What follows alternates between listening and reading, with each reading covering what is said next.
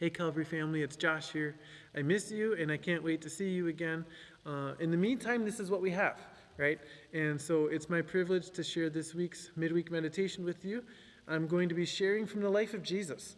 And I'm not going to be talking a whole lot about COVID-19 right now. I just want to simply dive into the life of Jesus and talk about some things that are very encouraging and challenging for what it looks like for us to live and be in this world, especially in this season.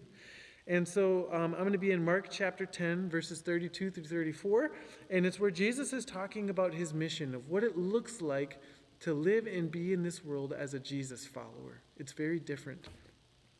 And so if you have your Bibles, you can turn there. I'm going to start in verse 31, where Jesus had just finished saying, "But many who are first will be last, and the last first." This was in the context of Jesus having a dialogue with a rich young man, and Jesus had rocked the boat a little bit here as he told his disciples, actually it's hard for the rich to get into the kingdom of heaven because the rich man, when he was given the option, wasn't willing to turn away from his wealth and follow Jesus. And so that was a great example for the disciples when he said, actually the last are going to be first and the first are going to be last. That rocked their boat because in the first century world, they assumed if you're rich, you're favored by God. If you're poor, you're not. And so that rocked their boat a little bit about presuppositions. And so we see that here as we pick up the story as the disciples are on the road with Jesus on their way to Jerusalem. If we pick up on that, listen here. And they were on the road and going up to Jerusalem, and Jesus was walking ahead of them, and they were amazed. They were amazed because the first are going to be last and the last are going to be first. Really? What? Surprising, and those who followed were afraid. And taking the 12 again, he began to tell them what was going to happen to him, saying, "See, we are going up to Jerusalem, and the Son of Man will be delivered over to the chief priests and the scribes, and they will condemn him to death. And they will deliver him over to the Gentiles, and they will mock him and spit on him and flog him and kill him. And after 3 days, he will rise." And so here they are, they're on the road to Jerusalem. They're already stunned by Jesus' last statement that the first will be last and the last will be first. That was very surprising to them. He had shattered their presuppositions about what it meant to live and be in this world and who was actually favored by God. And he builds on their amazement. They're already amazed by that statement, and so he adds some more amazement. He calls together another huddle of the disciples, and he says, "Hey guys, we're on our way to Jerusalem. And when we get there, eventually I'm going to be handed over to the Gentiles by the chief priests. I'm going to be killed. I'm going to be mocked. All of that's going to happen, and then I'm ultimately going to rise again," right? And so Jesus knows all of this stuff is coming, and yet he still has his face set like flint to go to Jerusalem. Why? What's motivating him is love. He came here for one purpose, and it was to live and to die and to rise again from the dead. And it was because he came to live his life as a ransom. And so Jesus knows all of this stuff, and instead of running the other way, he's running face forward to Jerusalem. Now, I'm just going to be honest with you. If I knew that if I went to Gowan today I would get hit by a car, I would go to Rockford. Jesus knew he was going to get hit, and he went to Gowan, right? And so how would they respond to what Jesus had just said? He just laid it bare. He didn't hold back. He gave it to them very clear and told them that he's about to die. And so Jesus unpacked all of that. And then what's the disciples' response to that? How are the disciples going to respond to what Jesus just said?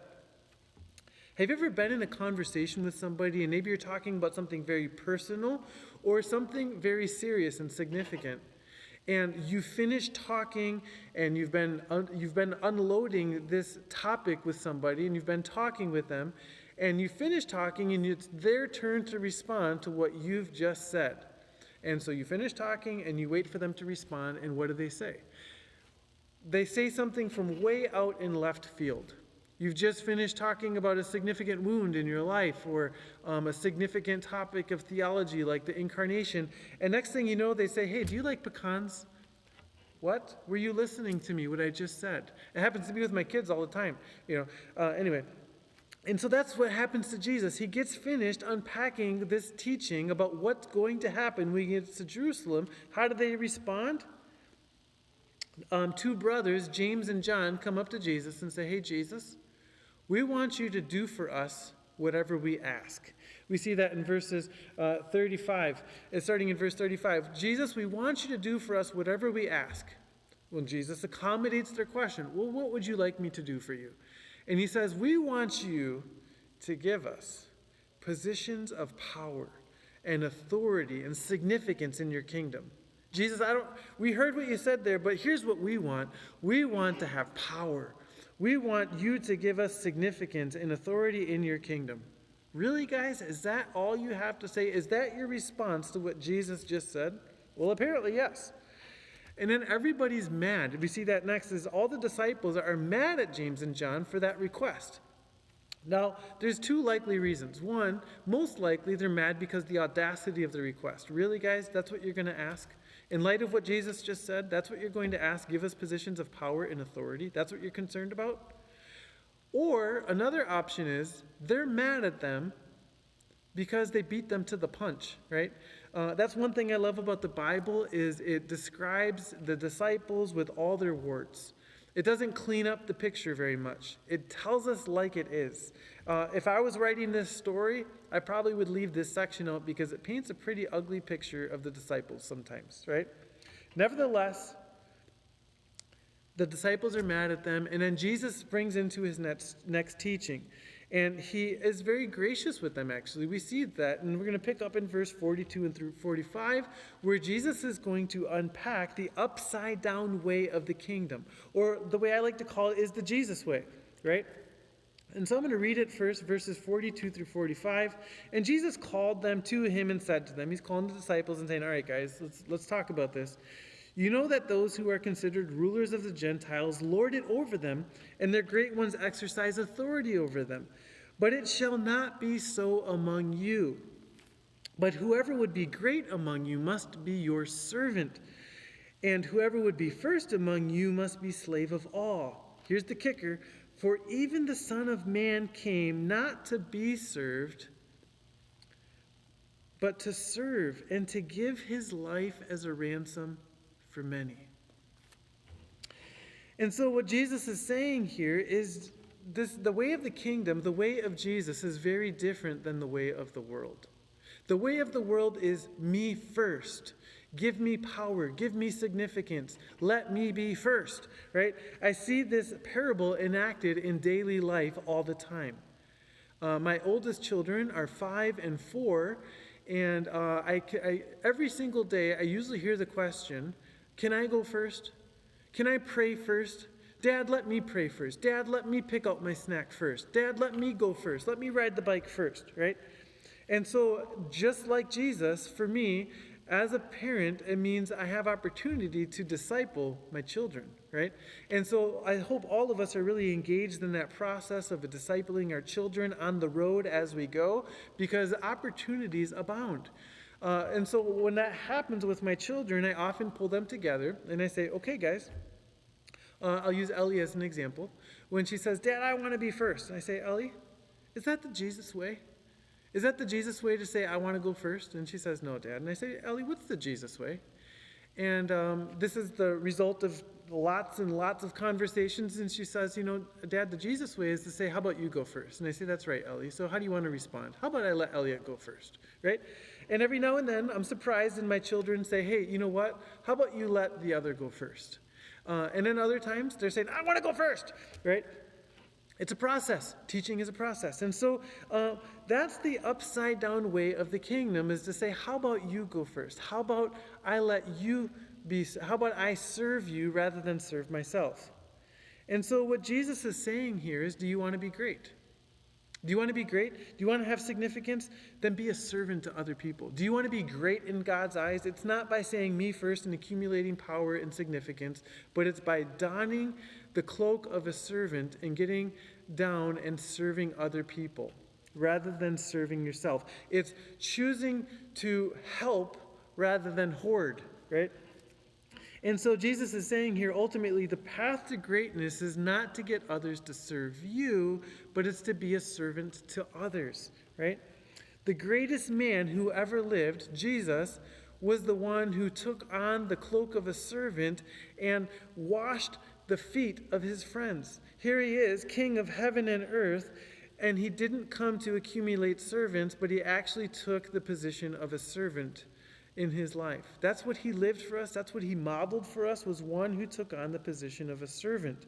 He came to serve others and to give his life as a ransom. He didn't come to get others to go in his stead instead, right? He came to lay his life down to pay our debt. And so we see the way of the world often at work, right? I used to work in construction, so this one makes sense to me. If you're the lowest on the totem pole, the boss never says, let me go in the crawl space and I'll let you hold the flashlight, right? No, that doesn't work that way, right? In the work world, you as the boss say, I'll hold the flashlight, you go in the crawl space. You take the crappy job, I'll hold the flashlight, right? Well, Jesus turns all that upside down and he says, hey, you know what? You hold the flashlight, I'm going to go in, right? That's the Jesus way. He laid his life down for our sake. And now, I just want to clarify a couple things here. Jesus' life was not taken from him, but he gave it up. He wasn't a victim of circumstance or ultimately their evil scheming, right? In one sense he was, in another sense he wasn't.